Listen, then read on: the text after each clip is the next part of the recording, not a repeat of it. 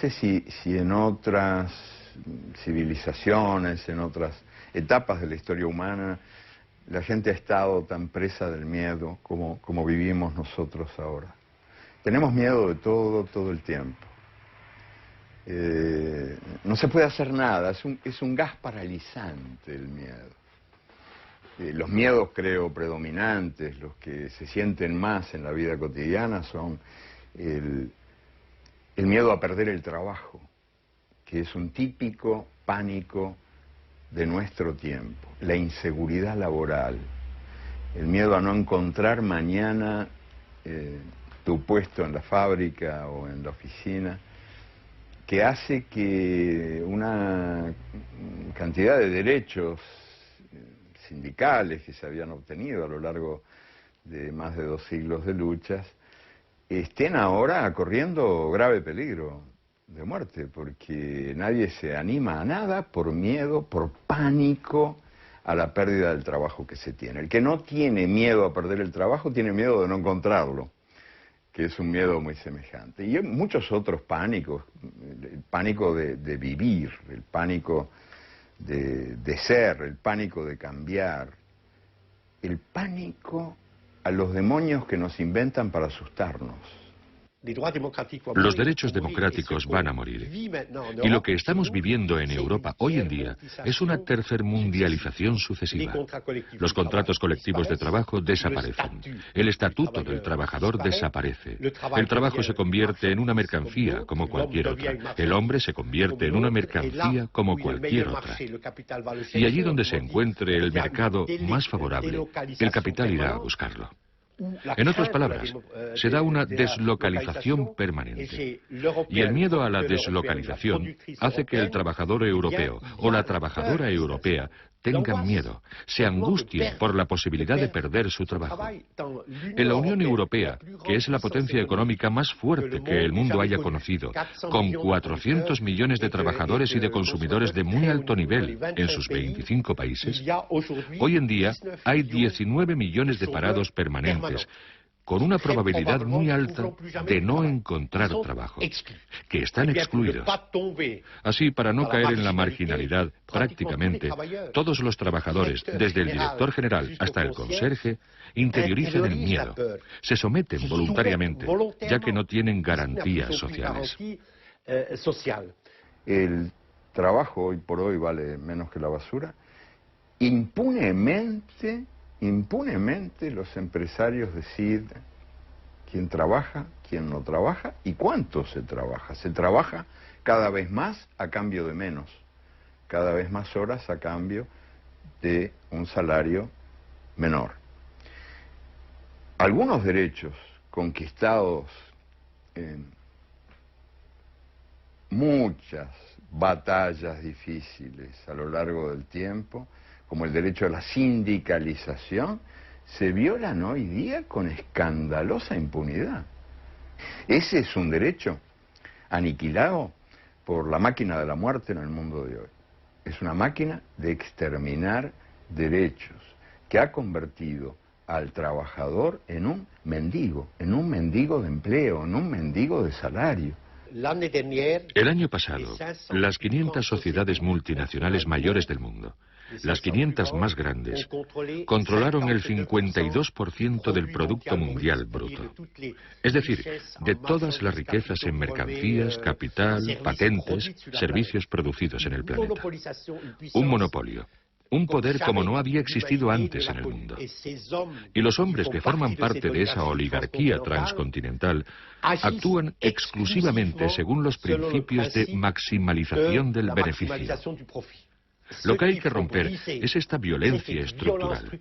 Los jefes de las multinacionales son en realidad señores de la guerra, que están en batalla permanente para lograr aún más beneficios y aún más cuota de mercado.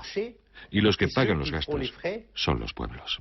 El derecho a la independencia, el derecho a la soberanía, es hoy por hoy un lujo de los países poderosos, de los países ricos. Cuando los países pobres ejercen el patriotismo, ese patriotismo se convierte en populismo, o peor todavía, en terrorismo y constituye una amenaza para el mundo.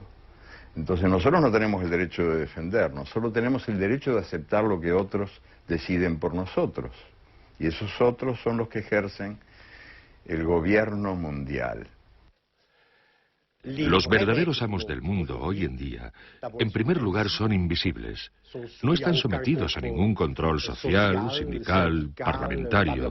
Son hombres en la sombra que detentan el gobierno del mundo. Detrás de los estados, detrás de las organizaciones internacionales, hay un gobierno oligárquico de muy poca gente. Muy poca gente, pero que cuenta con una potencia, una influencia, un control social sobre la humanidad, como jamás un papa, ni un emperador, ni rey alguno han tenido a lo largo de la historia de los hombres. Pero ¿quién es este asesino serial que mata todo lo que toca?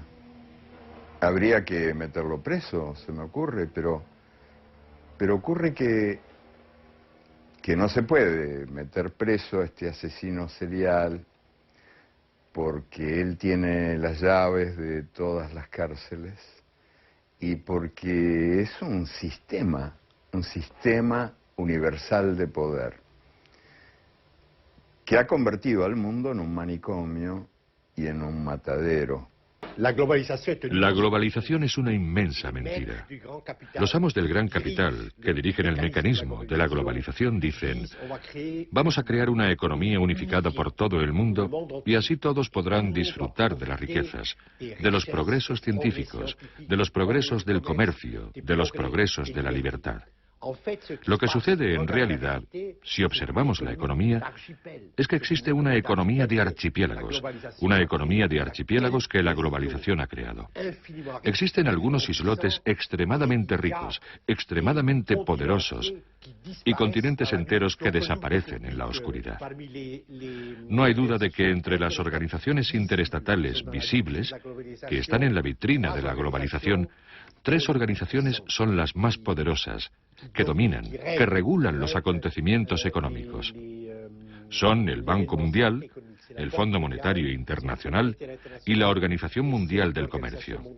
Son bomberos pirómanos y son fundamentalmente organizaciones mercenarias de la oligarquía del capital financiero invisible mundial. El Fondo Monetario lo manejan 5 países, y sobre todo uno, que es el que tiene derecho de veto, pero digamos 5. El Banco Mundial es un poquito más democrático, lo manejan 8 países. La Organización Mundial de Comercio, que es la que nos condena a cobrar cada vez menos y a pagar cada vez más, en sus estatutos establece el derecho de voto, pero nunca se votó, jamás. Hasta hace 30 años, 40 años,